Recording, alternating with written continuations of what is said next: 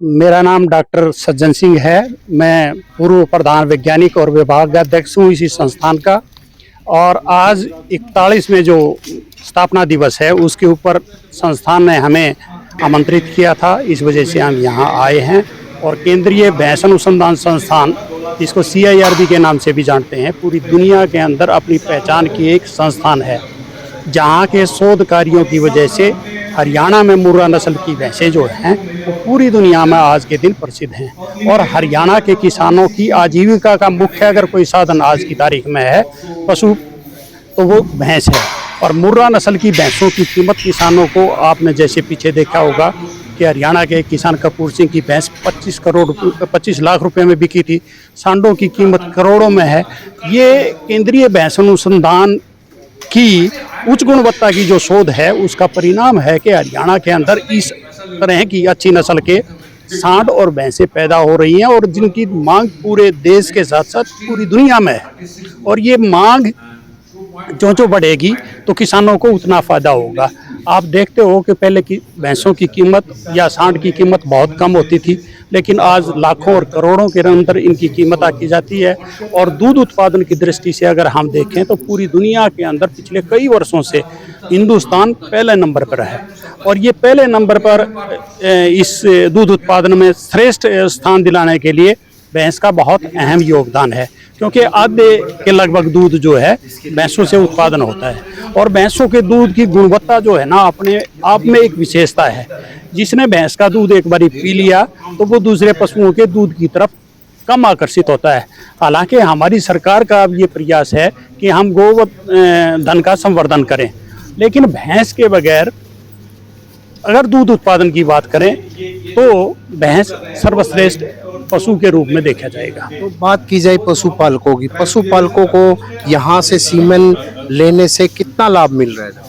हाँ बिल्कुल, आपने बहुत अच्छी बात कही। केंद्रीय भैंस अनुसंधान संस्थान का शोध सीमन पर भी है, वीर्य पे। उच्च गुणवत्ता के जो वीर्य के टीके हैं ये संस्थान पैदा करती है और सब्सिडाइज रेट के ऊपर किसानों तक पहुंचाती है। और ये जो रेट है जो किसानों को से लिया जाता है ये नाम मात्र है, क्योंकि एक जो टीका पैदा करने की कीमत है वो बहुत लागत ज़्यादा है, लेकिन उस लागत का मुश्किल से 1% या 2% में किसानों तक ये पहुँचाते हैं। और संस्थान ने जो संतति परीक्षण परियोजना है उसके तहत आसपास के हिसार के कुछ गांवों को भी अपनाया हुआ है, जिनमें ये मुफ्त में वहां पर टीके देते हैं। उसके साथ साथ जो कृत्रिम गर्भाधान करता है वो भी संस्थान ही लगाती है। तो इसका सीधा जो है किसानों को फायदा होता है। और आपने देखा होगा कि जितने भी संतति परीक्षित जो गाँव हैं उनके अंदर नस्ल सुधार में केंद्रीय भैंस अनुसंधान संस्थान का अहम योगदान रहा है। अगर आप बात करें कि भाई हमारे जो सीमन है गुणवत्ता, उच्च गुणवत्ता का सीमन है, तो जैसे डॉक्टर प्रेम सिंह से अभी बात की आपने, इनकी एक परियोजना जिसमें मैं भी जिसका हिस्सा था, हमारा जो एस्पिरेशनल डिस्ट्रिक्ट है, जो प्रधानमंत्री ने हमारे 100 से ऊपर जो जिले चिन्हित किए थे, हरियाणा का एक ही जिला है नूंह, उसके अंदर हमने इस परियोजना के तहत बहुत सुंदर मुर्रा नस्ल की कटड़ी पैदा किए हैं, और जिसका सीधा लाभ जो पिछड़ा इलाका है हरियाणा का उसके किसानों को मिला है। तो average path distance essentially indicating the speed. Then the VSL linear distance velocity. Then DCL path velocity. no, DCL is curvilinear. Curvilinear velocity. Right, VAP Average path velocity. path velocity likewise. So they get a parameter against that how this particular ejaculate is, and only when they know that out of this parameter which one is most important, which will result into effective fertilization. So only when before they decide that this particular ejaculate is not freezing, so it has to qualify for this parameters. So only then she will allow them to process the further. Otherwise, you will discard. Is it? Now tell me, that is it happen that Monday he has given good semen, but Thursday it is not. Can it happen? Potential कैसा है, cap जो दिखा था जो use उसका करता है mitochondria penetrate का करता है पोटेंशियल कैसा है। बिकॉज़ इट नीड्स इन सब माइटोकॉन्ड्रिया हाँ, इज ये मेन ना- थिंग ना, तो ये माइटोकॉन्ड्रिया का सब कुछ डिटेल्स में इंटरनल पैरामीटर्स हमें बता देता है कि कैसा है। The swimming of this spermatozoa is ever green stool. Right. ये थोड़ा आप जी, जी, लिटरेचर जी, सर। वीडियो उसमें भी ये पता चला कि नहीं आज हमारा संस्थान जो पशुपालन में भैंस संस्थान है, जो सबसे देश का पहला संस्थान है, आज उनका स्थापना दिवस मना रहे हैं हम।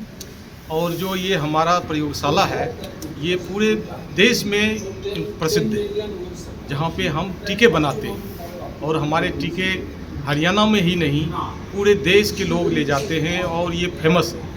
और हमारे सीमेन जो है CMU ग्रेडेड स्टेशन है, तो जितने भी बुल हैं हमारे, उनकी माँ बहुत ही अच्छी दूध देती है। और उनके से बच्चे जो आते हैं, कटरियाँ आती हैं, वो भी प्रोजनी टेस्टेड हैं। इसका मतलब है कि जो भी झोटे हैं वो प्रोजनी टेस्टेड हैं। और इसका मतलब होता है कि जो इनके बच्चे आएंगे, कटरियाँ आएंगी, डॉक्टर्स आएंगी, वो अच्छे दूध देंगी। तो इस तरह जो हमारा देश का जो अभी 2000 पर लीटर पर एनिमल है, उसमें ये योगदान, अहम योगदान करेगा कि हम 2000 से जो हमारा सपना है कि इसको हम 5000 तक ले जाएं, वो साकार होगा।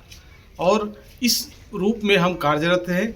और हमारे यहाँ सस्ते दामों पे सीमेंट टीके उपलब्ध होते हैं, जो किसान यहाँ से खरीद के लेके अपने गायों को लगा सकते हैं यदि उनको। और हम बताते भी हैं कि इसकी माँ कितनी दूध देती थी, इनकी बेटी का क्या परफॉर्मेंस रहा। तो इससे क्या होता है कि जो दूध उत्पादन की क्षमता है, जो भी कटरियाँ हैं, उनमें बढ़ती जाती है। और यही विधि है जिससे हम दूध उत्पादकता बढ़ा सकते हैं। अभी हमारा नंबर ऑफ एनिमल में हम सबसे ज़्यादा है, लेकिन उत्पादकता में कम है। और इसी विधि से हम अपनी उत्पादकता को बढ़ा सकते हैं और देश को आगे की ओर ले जा सकते हैं।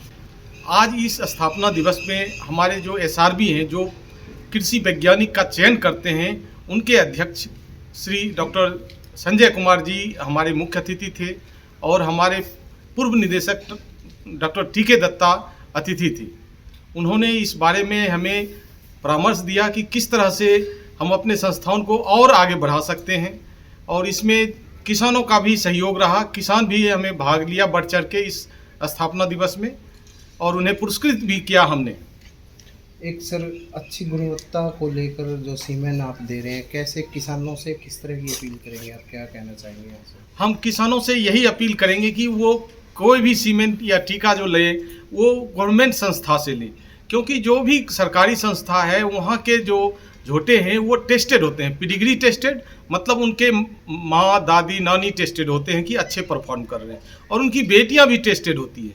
जो फील्ड के बुल हैं वो अच्छे भी हो सकते हैं, ख़राब भी हो सकते हैं, क्योंकि उनके प्रॉपर रिकॉर्ड नहीं होते हैं। तो जो रिकॉर्डेड है, जो परफॉर्म अच्छे कर रहे हैं, जिनकी बेटियां या जिनकी माँ, दादी, नानी अच्छी परफॉर्म कर रही है, तो हम उम्मीद कर सकते हैं कि उनकी जो भी और भी नस्ल आएगी वो अच्छी दूध देगी और दूध उत्पादकता बढ़ेगी। तो ये इस साल की हम बात करें तो हम कम से कम 2.5 लाख डोज हम बना चुके हैं। हम अपने नियमित सोर्सेज, हमारे पास 16 बुल होते हैं, उसमें 2.5 लाख सीमेंट डोजेज हम इस बार वितरित किए। क्लोन भी कुछ तैयार किए? क्लोन के भी हमारे 10 झोटे हैं, उसमें से हम उसका भी सीमेंट फ्री वितरित करते हैं। उसका एक्सपेरिमेंटल भी स्टडी हो चुका है। हमारा एक DBT का प्रोजेक्ट था, उसमें हमने उसको लगाया। उनके बच्चे भी अच्छे परफॉर्म कर रहे हैं, उसमें कोई भी दिक्कत नहीं आ रही है। सर, आम आदमी जो सीमन लेना चाहे तो वो उसकी क्या विधि है, और किस में कोई जो यंत्र है जो डाल के दे रहे, उसका थोड़ा बताइए, वो कैसे लेके आए, कैसे? कोई भी आम किसान जो लेना चाहते हैं, जो शुक्राणु या टीके जो रखे जाते हैं तरल लिक्विड नाइट्रोजन में रखे जाते हैं, उसका तापमान -196 डिग्री सेंटीग्रेड होता है। तो जो भी यहाँ से ले जाएं तो उनके लिए एक कंटेनर होता है, उसको बोलते हैं लिक्विड नाइट्रोजन कंटेनर। वो बहुत ज़रूरी है, यदि उसमें हम नहीं रखेंगे तो टीके खराब हो जाएंगे। तो कंटेनर आपके यहाँ से मिल सकता है क्या? हमारे यहाँ से नहीं मिलता है, लेकिन ये हिसार में कई जगह संस्थान हैं, दुकान हैं, जहाँ से ये उपलब्ध होते हैं। ऑनलाइन भी ये परचेज कर सकते हैं ऑनलाइन में। और यहाँ गाय को या भैंस को यहाँ ले आके भी सीमन रखवा सकते हैं क्या? जी नहीं, यहाँ पे हम सीमेंट नहीं लगाते, यहाँ से हम सीमेंट देते हैं, यहाँ से वो ले जाके वो अपने जगह पे सीमेंट लगा सकते हैं, बशर्ते कि उनके पास लिक्विड नाइट्रोजन कंटेनर हो। Sir your name and post? मैं डॉक्टर प्रदीप कुमार हूँ, ये सीमेंट फ्रीजिंग लैब का मैं इंचार्ज हूँ और मैं यहाँ पे 12-13 साल से कार्यरत हूँ। सर आम आदमी आए तो सीमेंट कैसे लेने के लिए कैसे संपर्क करें, आप ये बता सकते हैं? ये हमारे वेबसाइट है, CRB का वेबसाइट, वहाँ पे कॉन्टैक्ट नंबर लिखा हुआ है और डिटेल बूल का डिटेल लिखा हुआ है, उसकी कॉस्ट लिखी हुई है, उसकी बूल की माँ कितनी दूध देती है वो लिखा हुआ है। तो उस आधार पे हम लेते हैं। जनरली हमारा जो टिके हैं उनका 16 रुपया दाम होता है, लेकिन कुछ कुछ जो फेमस बुल हैं जिनके हम क्लोन भी बना चुके हैं उसके 100 रुपये से 500 रुपये तक भी हैं। लेकिन ऐसा इस जरूरी नहीं है कि 16 रुपये वाला ख़राब है, 16 रुपया वाले भी बहुत अच्छे हैं, लेकिन जो हमारा लिमिटेड सोर्स है इसीलिए कुछ बुल का टीके का दाम 100 से 500 तक है, क्योंकि उसके पास हमारे लिमिटेड सोर्स है। ये हमारा सोमवार से शुक्रवार मिलता है 10 बजे से लेके 3 बजे तक, और जिसमें हमें राष्ट्रीय अवकाश न हो उस दिन हम आप ये ले सकते हैं। और जो हमारा वेबसाइट पे फ़ोन नंबर है उनसे कांटेक्ट करके आएँ तो आपको दिक्कत नहीं होगी। सर पशु के अंदर सीमेंट रखने की कोई विधि या सावधानी क्या रखनी चाहिए? जो सीमेंट रखने की विधि है ये एक इंसेमिनेटर होता है, उसकी एक ट्रेनिंग होती है कि कहाँ पे रखनी चाहिए, कब रखनी चाहिए, और इसके लिए जो है हम एक ट्रेनिंग का भी आयोजन करते हैं। समय समय पे हम किसान की ज्ञानवर्धन के लिए कब कराना है, तो सुबह में हीट में आई तो शाम में AI करानी है, AI कराने के बाद उसको 15 मिनट तक नहीं बैठने देना है, उसको 15 दिन तक केयर करना है, ताकि उसमें 15 दिन जो है बहुत क्रिटिकल होता है, उसमें भ्रूण मरने की चांसेज अधिक होते हैं, इसीलिए 15 दिन तक केयर करते हैं। आज का जो कार्यक्रम है वो संस्थान का स्थापना दिवस है, 41वां स्थापना दिवस है, और ASRB जो साइंटिस्ट की भर्ती करता है बोर्ड, उसके जो चेयरमैन है वो मुख्य अतिथि के रूप में पधारे हैं। स्थापना दिवस एक ऐसा उत्सव होता है जिसमें हम अपनी संस्थान के उपलब्धियों का लेखा जोखा लेते हैं कि ईयर बाय ईयर हमने क्या तरक्की की है, उसमें क्या क्या अचीवमेंट्स हमारी ऐड हुई है, और आगे आने वाले दिनों की जो प्लानिंग है, संकल्प है, किस दिशा में हमें आगे बढ़ना है, वो काम किया जाता है। क्योंकि भैंस का अनुसंधान संस्थान किसानों के लिए होता है, पशुपालक जो है वो किसान भाई हैं, तो इसके अंदर हम कोशिश करते हैं कि किसान भाइयों को भी शामिल करें, और किसान भाई जो भी अपनी समस्याएं साइंटिस्ट के सामने रखते हैं वो हम अपने लिए शोध का विषय तैयार करने में प्रयोग करते हैं, और जो शोध हमने करके जो तकनीक पैदा किए हैं वो हम किसान भाइयों तक पहुंचाने के लिए उनको जागरूक करते हैं।